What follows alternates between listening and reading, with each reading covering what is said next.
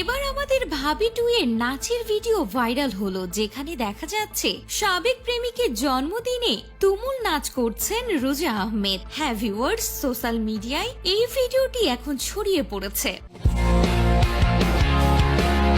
ভিডিওটি দেখে বোঝাই যাচ্ছে সাবেক প্রেমিকের জন্মদিন ছিল সেই দিন, আর জাঁকজমকভাবে প্রেমিকের জন্মদিন সেলিব্রেশন করেছেন তাহসান খানের দ্বিতীয় স্ত্রী রোজা আহমেদ। সেখানে দেখা যায় বয়ফ্রেন্ডকে সঙ্গে নিয়ে ক্যামেরা বন্দী হয়েছেন এবং তাকে সঙ্গে নিয়ে বন্ধু বান্ধবের সঙ্গে জন্মদিনের কেকও কেটেছে তাহসান পত্নী।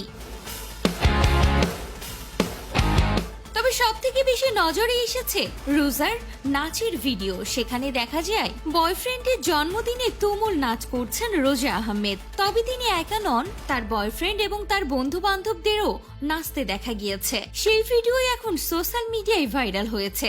যদিও ভিডিওটি কতদিন আগের তা বোঝা যাচ্ছে না। কেউ বলছেন খুব বেশি আগের ভিডিও হবে না, যেহেতু তাহসানকে বিয়ে করার 3 মাস আগেই তার প্রাক্তনের সঙ্গে ব্রেকআপ করেছেন রোজা আহমেদ। মূলত তাহসানকে বিয়ে করার পর থেকেই একের পর এক ভিডিও ও ছবি সোশ্যাল মিডিয়ায় ভাইরাল হচ্ছে।